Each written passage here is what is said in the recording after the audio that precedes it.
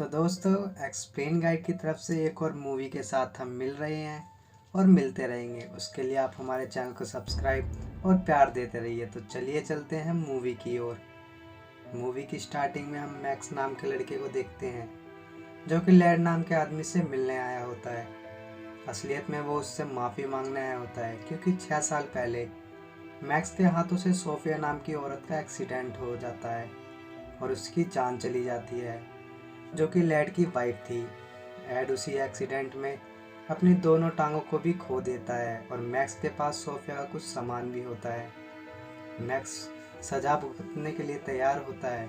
Add अपनी wife की मौत का बदला लेने के लिए मैक्स को गोली मारने का फैसला करता है, लेकिन तभी उसके दिमाग में एक आइडिया आता है। वो अपनी वाइफ की मौत की कहानी पूरी दुनिया को सुनाना चाहता है और इस चीज़ का फैसला करता है। मैक्स को अपने घर पर ही रहने के लिए कहता है। फिर एड मैक्स को कहता है, अगर तुमने घर से निकलने की कोशिश भी की तो मैं तुम्हें गोली मार दूंगा। मैक्स एड की बात मानकर उसी घर में रहने लगता है। फिर हम एलिसन नाम की लड़की को देखते हैं, जो कि एड की बेटी है। एलिसन को पता चल जाता है कि उसकी मदर को मारने वाला इसी घर में है, इसलिए एलिसन मैक्स से दूर रहती है। लेकिन एलिसन के पिता एड चाहते हैं कि मैक्स के साथ वहाँ जाएं, जहाँ वो गाड़ी है जिससे उसकी मदर की मौत हुई थी।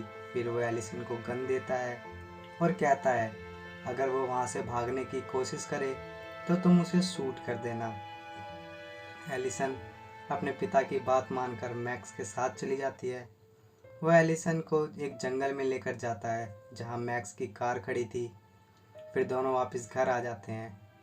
एड एक रिपोर्टर को बुलाता है और उसे अपनी पत्नी की मौत की कहानी के बारे में बताने लगता है। एड उस रिपोर्टर से झूठ बोलता है कि उसकी पत्नी उसके सपने में आती है और उससे बातें करती है।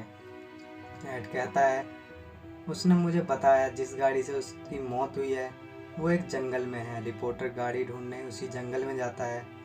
उसे वो गाड़ी मिल जाती है। इसके बाद वो एड की वाइफ की स्टोरी को छापने के लिए तैयार हो जाता है। स्टोरी को आगे बढ़ाने के लिए एड मैक्स से उसी रात के बारे में पूछता है जिस रात उसकी पत्नी की मौत हुई थी। मैक्स बताता है, एक्सीडेंट होने के बाद वो बहुत डर गया था, इसीलिए वो वहाँ से भाग गया और एक होटल में रुका था। फिर एड एलिसन को उसी होटल में जाकर अपनी पत्नी का एक सामान रख कर आने के लिए कहता है, जिससे सबको यकीन हो जाए कि उसकी पत्नी ने अपने कातिल के बारे में उसे बता रहा है। अपने फादर की बात मानकर एलिसन उसी रूम में जाकर वो सामान रख देती है। अगले दिन फिर एड उस रिपोर्टर को अपनी पत्नी के बारे में बताता है। उसका सामान एक होटल में है। फिर रिपोर्टर उसके साथ जाता है और उन्हें वो सामान मिल जाता है जिसके बारे में एड ने रिपोर्टर को बताया था। नेक्स्ट डे एड से मिलने एक लेडी आती है जिसका नाम सूजन होता है। उसने एड की पत्नी के बारे में सुना होता है कि उसकी पत्नी सपनों में उससे बात कर रही है और सबूतों को बता रही है। ये बात कितनी सच है वो ये जानने के लिए यहाँ आई थी। सूजन एलिसन को देखती है और उससे बातें करने लगती है। वो कहती है कि मैंने तुम्हें एक पार्टी में देखा है, लेकिन एलिसन मना कर देती है। वो कहती है कि मैं कभी पार्टी में नहीं जाती। लेकिन एड एलिसन की गलती को पकड़ लेता है, क्योंकि एलिसन बिना बताए घर से बाहर गई थी। सूजन के जाने के बाद वो एलिसन से पार्टी के बारे में पूछता है। उसे पता चल जाता है कि एलिसन बिना बताए घर से बाहर गई थी।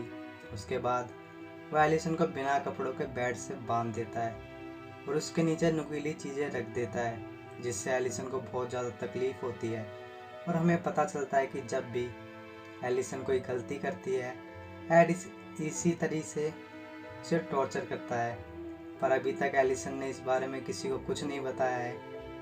कुछ दिन बाद मैक्स बिना बताए घर से बाहर चला जाता है।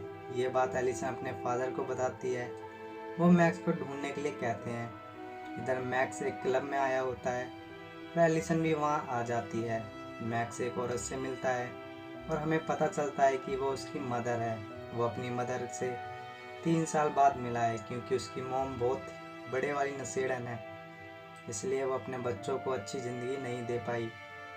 मैक्स का एक छोटा भाई भी था जो मर चुका है। एलिसन ये सारी बातें सुन लेती है। फिर उसे पता चल जाता है कि वो 6 साल तक अपने भाई के साथ था। इसीलिए वो पहले अपने आप को सरेंडर नहीं कर पाया।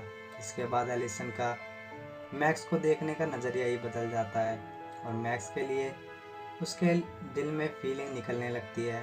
वो जान जाती है कि मैक्स जानबूझकर किसी को नहीं मार सकता। इधर एड मैक्स को मारने वाला है और ये बात मैक्स भी जान चुका होता है, क्योंकि वो हर सबूत को मैक्स के खिलाफ करना चाहता है। उसको ये भी पता है कि एड एलिसन को भी टॉर्चर करता है, क्योंकि वो अपनी पत्नी की मौत की वजह एलिसन को मानता है। इसके बाद एड एलिसन को मारने का फैसला करता है और उस रात उसे मारने के लिए उसके घर जाता है। लेकिन एड घर में नहीं होता। तभी उसे किसी के पानी में गिरने की आवाज़ आती है। जब वो जाकर देखता है तो एलिसन ने अपने पिता को पानी में गिराकर मार दिया था, क्योंकि वो मैक्स से प्यार करती थी और उसके पिता गलत थे। इसके बाद दोनों एक दूसरे के करीब आते हैं और किस करते हैं और इसी के साथ ये मूवी यहीं पर ख़त्म हो जाती है।